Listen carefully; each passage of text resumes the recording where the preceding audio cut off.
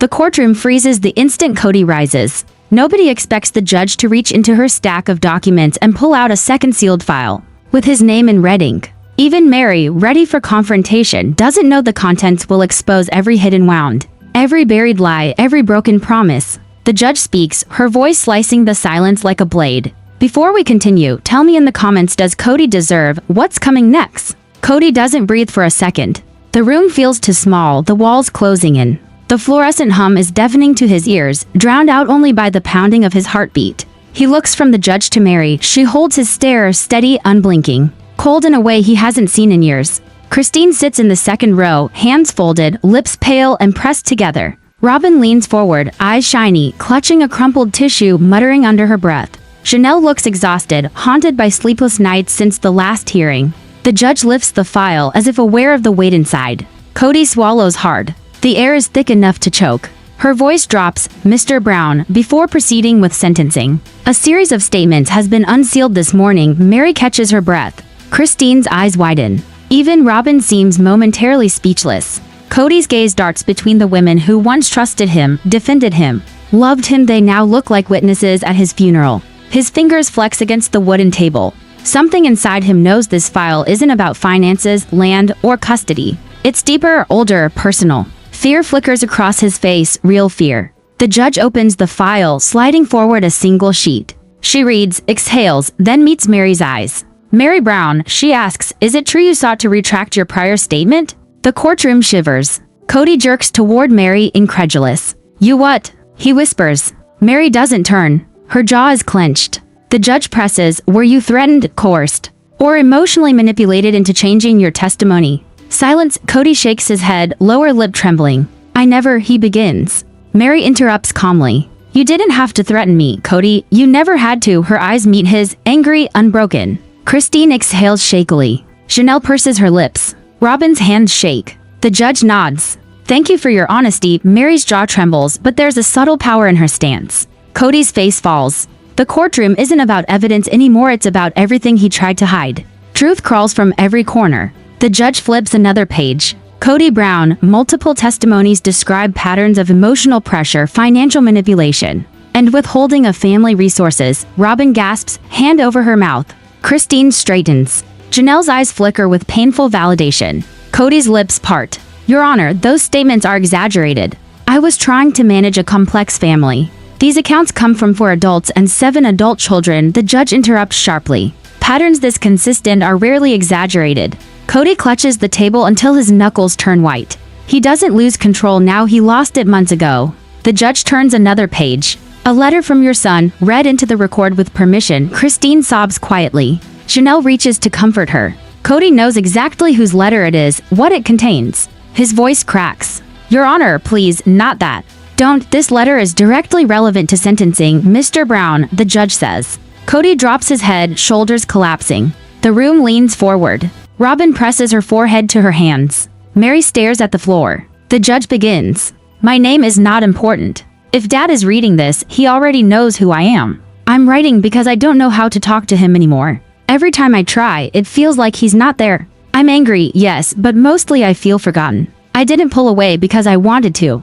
I pulled away because every time I tried to reach him, he was already walking the other direction. Kody flinches. Christine collapses into Janelle's shoulder. The judge's voice softens. Maybe he didn't mean to.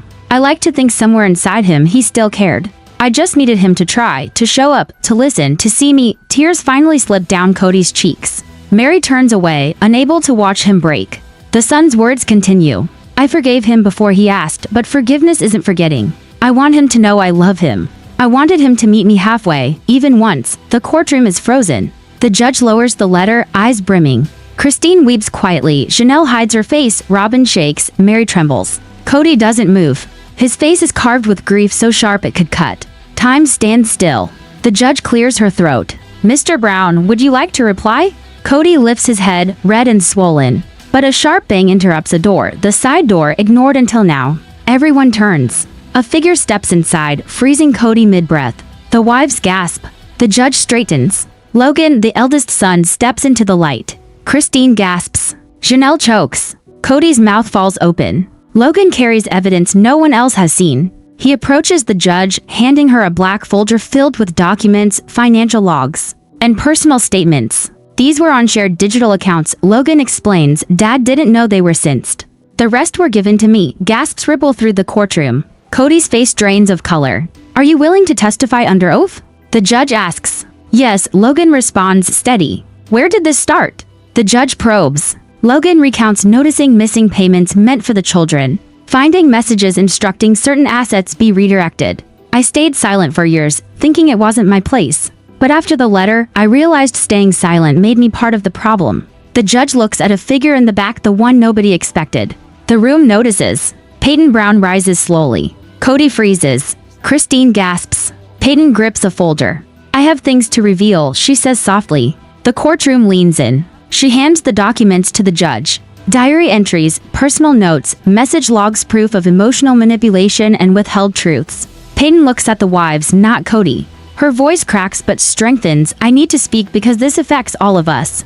The truth cannot be hidden any longer. The judge asks for specifics. Peyton recounts the smallest betrayals to the largest, the promises broken, the guilt imposed. Kody covers his face. Her words hit like daggers, unraveling the family history. Dad hurt us without realizing he was hurting us. We wanted to reach, but he made us feel like a burden. The room chills as Peyton reveals the darkest secret. He manipulated them into signing documents, using them to protect his control. Christine sobs uncontrollably. Chanel trembles.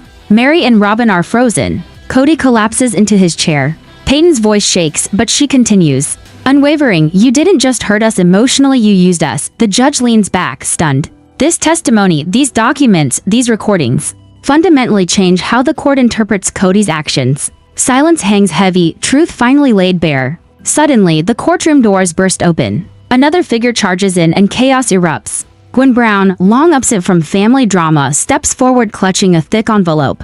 The entire room gasps. Kody pales. Christine cries out. Chanel recoils. Mary is frozen. Robin's face drains of color. Kody hands the envelope to the judge, containing screenshots, handwritten notes, and 3 voicemails from Kody himself, proof of deliberate manipulation. The judge inserts the USB, static crackles, then Kody's voice fills the courtroom. They're all against me. I can't trust anyone. I need to take control of this situation. I need to make sure the money stays where it needs to be. I won't let them win. Not this time, gasps echo. Logan closes his eyes.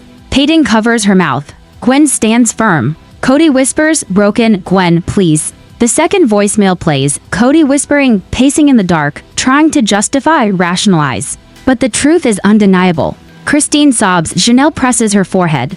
Kody realizes these weren't mistakes, they were deliberate choices. Finally, Gwen recounts the incident. Kody called her late at night, manipulating her to convince others to sign over family land, leaving her feeling responsible for the family's collapse. Christine collapses. Chanel sobs. Mary and Robin are frozen. Kody whispers, Gwen, I didn't mean but you did. Gwen's words cut deeper than any evidence. You didn't just hurt us emotionally. You used us. The courtroom is silent, weighed down by truth that cannot be denied. By a father confronted with the full scope of his actions. Every secret, every manipulation, every wound now fully exposed.